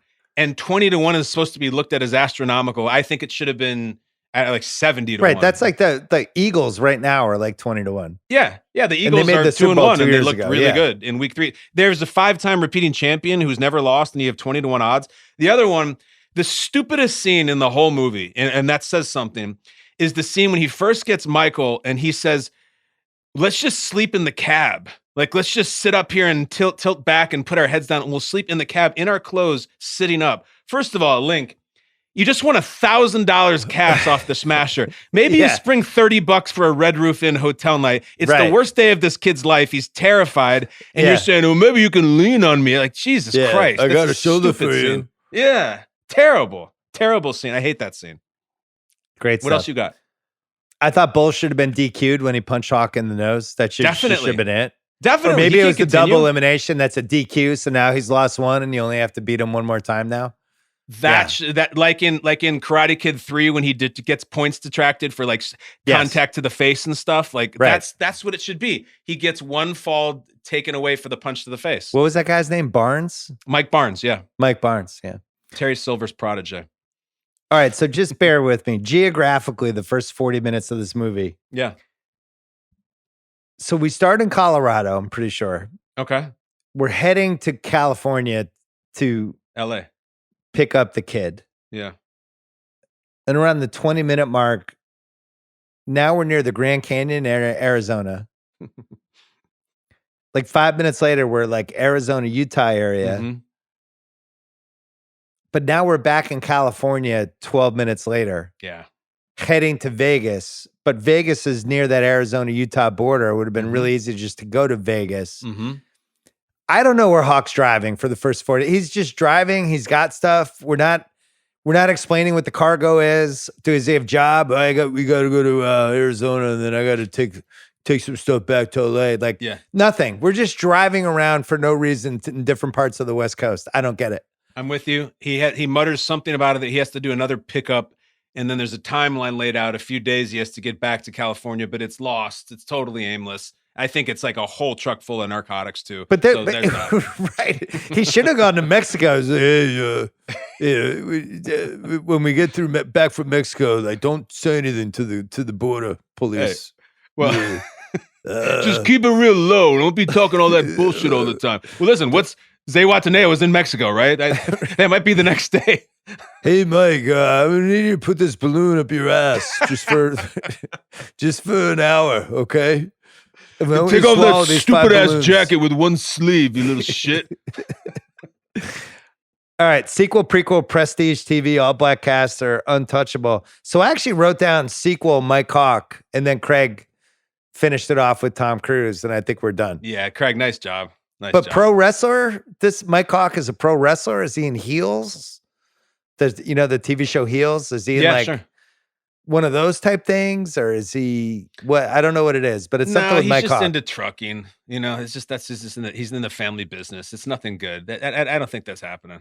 Maybe Mike Hawk is in the first Fast and Furious. He's doing trucks, but they're stolen cars, and now he's involved with Dom Toretto. Paul Walker's chasing him. Totally into that. They named him Mike Hawk. It's on purpose, right? Like they understood the joke. They had to, right? Would you, if you were Mike Hawk, would you be Mike Hawk or Michael Hawk? Definitely Michael. I gotta go Michael. They also could have named him Lincoln Hunt, and then it would have been even dirtier for his son. That's true, Mike Hawk. Well, that's Crystal Mazzappa should have said that to him. Hey, Mike Hawk. You'd be sucking Mike Hawk in a second. I'll show you Mike Hawk right now. I'm the smasher. Yeah. Is this movie better with Wayne Jenkins, Dana Trejo, Sam Jackson, J.T. Walsh, Byron Mayo, Harling Mays, Evil Laughter, Ramon Raymond, or Philip Baker Hall? The answer is clearly Byron Mayo, who just should have been the grandfather. They should have mixed up rich guy character with Byron Mayo, and he's just shirtless, holding like a Narragansett. At the top of the stage. And when he goes to Vegas, he's getting into all kinds of shit. He just turns into Byron Mayo in Vegas. He's like, Mike! And the presidential suite's got whores in there. And yeah, Lincoln. Maybe you need to work off some steam. Shout out to CR. Mr. Mayo is speaking to you. Just one Oscar. Who gets it? Obviously, Hagar. I don't know what won best song that year, but Winner Takes It All had to have been better than it. All. Yeah, give it to him. Can you imagine the Oscars? And the nominees are and Sammy Hagar for Over the Top. And he could have performed it? Well, you have to perform if you're nominated. He would go up there, the Red Rocker, late 80s, just blow the roof off that place, the Shrine Auditorium. Wait, so that would have been the 1988 Oscars. Yeah. Google it. Do it on the fly. Song. I'll do it on the fly. I thought I was really prepared for this, but obviously you were. not. Come on. Best song. Oh, man. These Oscar sites. Oh, all right. Got directing, documentary. The fact that you knew that they went to the Asia singer first. You're prepared. What do they got? Oh, man. This is a really good category. Oh, you already got cold feet about Winner Takes It All? Nominees. Give me the bangers. Cry Freedom from the Cry Freedom movie. I can't speak to that. I don't remember that one. Okay. Nothing's Gonna Stop Us Now from Mannequin. Nothing's gonna. Oh Gonna shit, Mannequin stop coming up us. again. That's a good song. They say we're crazy. What do they know? Shakedown from Beverly Hills Cop 2 from Bob Seger. Shakedown, you're busted. Breakdown. Yeah, that sounds All right. good. These are good. Storybook Love from The Princess Bride. Music and lyrics by Willie DeVille. Yeah. So maybe Cry Freedom or Princess Bride could take in that spot. But the winner of the Oscar. Now I've had the time of my life. Oh, Dirty shit, you can't be Dancing. that. Yeah, I mean that's not better than that. But I think Winner Takes It All could have snuck in there. I would like a nomination so Haggard can be sitting there. So Sammy Hagar could be sitting next to all those other ones. I like Shakedown, Breakdown. I'm going to listen to that after the pod. Yeah, that sounds really good.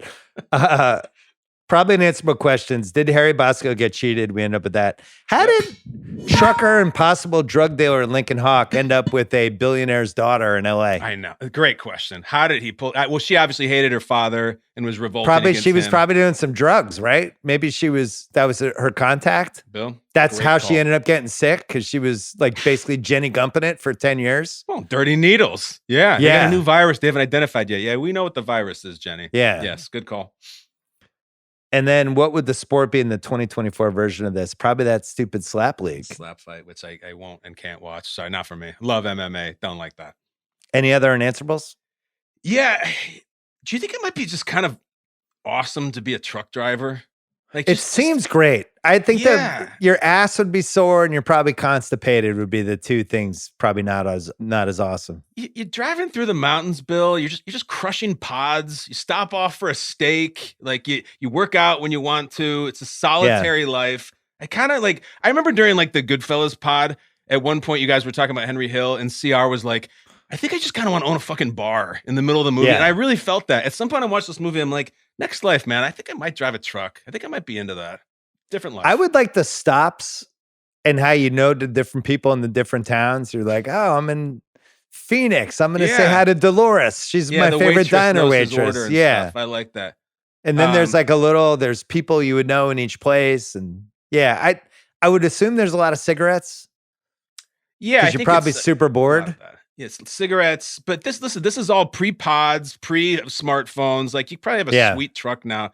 I don't know. Maybe next life. The only other one I had is unanswerable.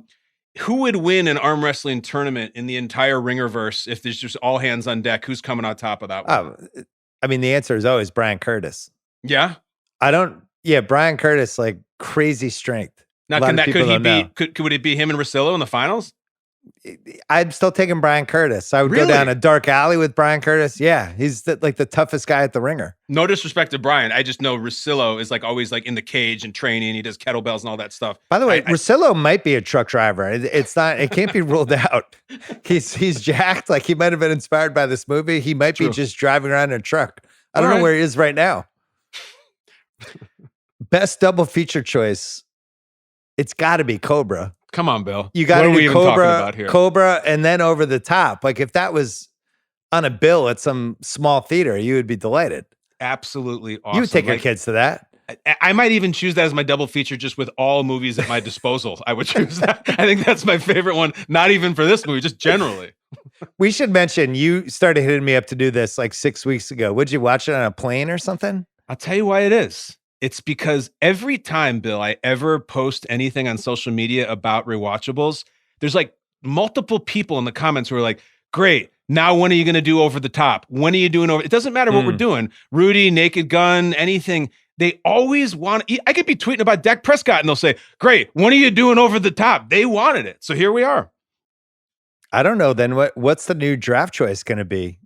I don't know. We got to go back to the list. This was like because we've done a few good Schwarzeneggers. We've done some Van Damme. There's some Seagal left. There's some meat on the Seagal bone.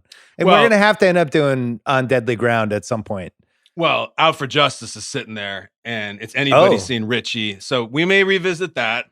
But I also noticed the Rewatchables feed tweeted that Stallone now with this episode is in the 10 Timers Club. This is the 10 Timers Club Stallone movie that we've done. I've done, I think, 4 of them. And there's still some meat on the bone. There's still Sly movies. Like there's still Demolition Man. There's still other shit out there. I'm glad you brought this up because I figured this out today. Cruise is at 15. Pacino's at 13. De Niro's at 12. Denzel at 11, Hanks and Damon, and now Stallone at 10. But the weird thing about Cruise is he's got like 5 or 6 left that we haven't done that are clear Definitely. Cruise movies. So I think he'll be the first to 20. But Keanu's kind of starting to climb up the ladder. Yeah, I listened to Wick. It was great. I think Keanu's at 9. So anyway, Yeah. okay. The Andy Red Zawatney Award for What Happened the Next day. Lincoln ends up with $240,000 plus a $250,000 truck. Where does he live? Where does his son live? Did they start a business? Is he back into selling big scale drugs, cocaine, heroin? Do they move to Mexico? What happens? At one point, Michael hits him between the eyes with it. And he's like, what would our life be? Like, what do we have? And he's like, oh, we just have each other. This makes no sense. Like 3 days after being on the road with his dad, he'd be like, Dad, I got soccer practice. Like I got a Nintendo. I got to go home. This is not, I'm 10. I'm 12. I got to go back to my friends and stuff. Dad, I'm discovering my body. Can I go in the back of the truck for like a half hour? Can you get, and does the door lock? I bet it does. Yeah, he probably goes back to the grandfather within about 5 weeks. Yeah, I mean, what would you do? Maybe he's better off with you. Well, if you're Lincoln Hawk, the son's in this mansion in Bel Air. He's probably going to an awesome private school. Yes. He can He's drive going to the his military truck. academy. Right. So maybe he gets an apartment, on Sunset, uses that, and can see his son every once in a while and shares cousins. Like, use the grandfather as an asset. He's not going to be in the truck with you just driving around on the West Coast. He's in 6th grade. I just don't know if Hawk can hang on Sunset. Like, he's going to have to park that big rig like right in front of Miyagi's or whatever was there back in the day. Right. That's going to be a tough fit, man. Yeah. Dad's going to be late. He can't park his truck on Sunset. It's going to take another 40 minutes. I'm trying to back it in front of the saddle ranch. It's like Meadow Soprano. Yeah. The memorabilia you'd want from this movie, I'd have it narrowed down to the black cap at the end of the shoot, which he wears, which apparently he gave to Sammy Hagar and then autographed it. And then it went for charity for $10,000. But I think it has to be the hawk at the top of the truck, right? The hawk is really cool, especially if you could find a way to affix that to your actual car, like whatever car, like whatever Volkswagen or whatever you drive, you put the hawk there. I actually made an alternative choice, but it's the same category. If there's one of my favorite things on Hawk's car or on Hawk's truck, he has those mud flaps.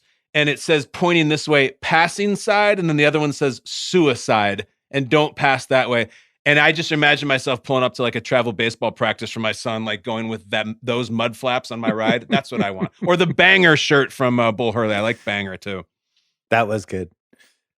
Coach Finstock Award for Best Life Lesson. The world meets nobody halfway. Nobody. No, that's a big deal. Remember that, kids.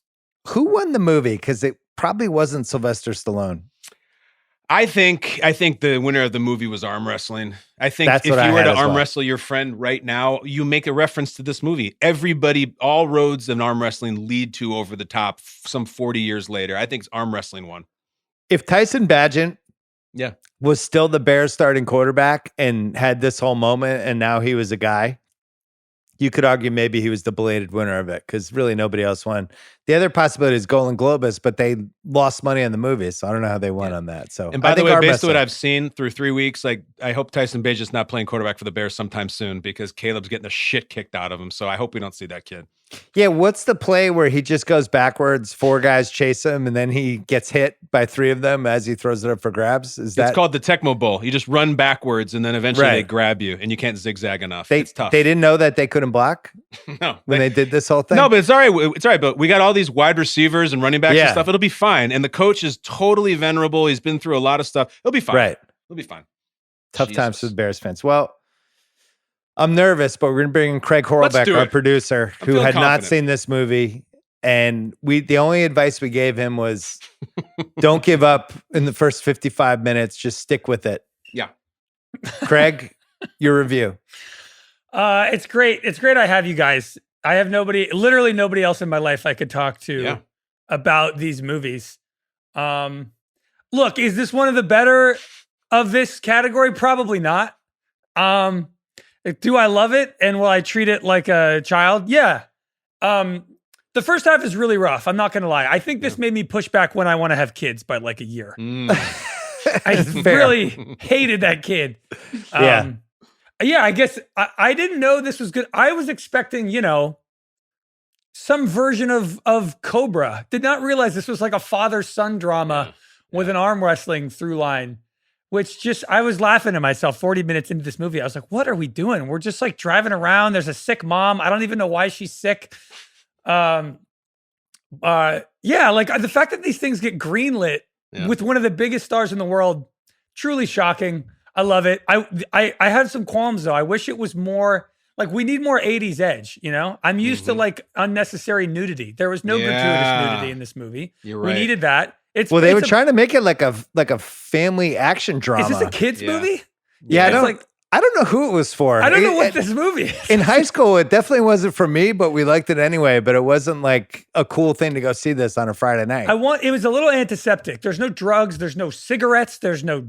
They don't even really drink. Right. Stallone doesn't have a beer. I don't think. Like, I needed more to this. But as soon as Hagar comes in, you understood why you were there and why we're doing come this. On. Last half hour. I mean, it felt like a prequel to the movie I wanted to see. Like I wanted to see Stallone full arm wrestling. I don't, the rest of it is all prologue. What did you think of arm wrestling in general as the featured sport of an actual 80s movie? It's not a very visually appealing thing. It's not very cinematic. It's tough to get there. There's not a lot of movement. I will say I did appreciate the quick slam. Yeah, was like a fun closing move.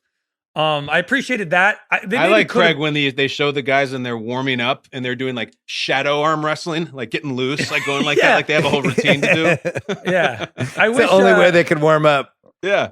One thing I did appreciate, I don't think you guys mentioned this. I liked Sly using his own semi truck as like a workout machine. Yeah. Yeah. He was using like the grill from the front grill of the truck to like do curls. That was unique. That was innovative. I had never seen anyone work out with a car like that. That was innovative. I think Sly has figured out more unconventional ways to work out in a movie than any other actor. I mean, he's in Rocky IV is the peak of that, right? He's just like, what do we have around this log cabin that we could use for the montage? I'm going to pull a sled through the snow and I can beat this unbeatable Russian dude. Yeah. Right. It's great. He's just doing upside down chin ups, just hanging from a log beam. And no pain. No pain. It's just crazy. I mean, was this whole era of Stallone considered like a big step down for him? This guy 10 years ago wrote a Best Picture winning movie. Yeah. And now he's just making Cobra and over the top. You know what's funny about it? It really was great the entire time. It wasn't the step down part didn't happen till the late 80s. Mm-hmm. So when everything he released, I loved. I loved all of it. Cobra, Rambo 2, whatever it was. We were all in. We were like, all right, Stallone's cooking again. It was almost like we all had season tickets for Stallone. No doubt. So nobody was like, hey, maybe lean back into something that's a little bit more prestigious, awards worthy. They were like, that's fine. Well, that's what he ends up doing that when he kind of has the Stallone reboot in the 90s. He does Cliffhanger, which is like a really smart, big budget action movie version of what he should be. And he tries to do The Specialist, but then eventually does Copland. Yeah, which was his attempt to try to win the Oscar. That's my favorite Stallone. Yeah. The only comp I can think of is Nicolas Cage wins the Oscar for Leaving Las Vegas and then is doing like Con Air and Face Off and like these popcorn action movies. Like, what the fuck? Why would you do that? I don't know. It's just what he liked to do. Yeah, I don't know, I can't speak for Kyle, but I'm delighted with the Stallone IMDb. No, it's so good. I love how it played out. Like, we haven't done Lockup yet. That movie is just abjectly insane. I know. He basically, we hit the mid 80s and he's just like, how much? I'll do it. And that's how because I think he knows he can't beat Schwarzenegger, right? Schwarzenegger is this whole other animal and James Cameron's trying to work with him. And Stallone's like, all right. Yeah, I had my run. Just 2 nights ago, I showed my 10-year-old Terminator 2.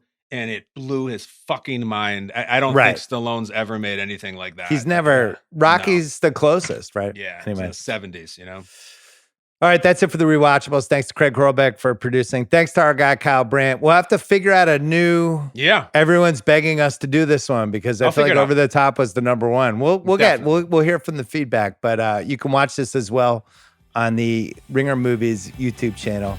Guys, great to see you. Thank you.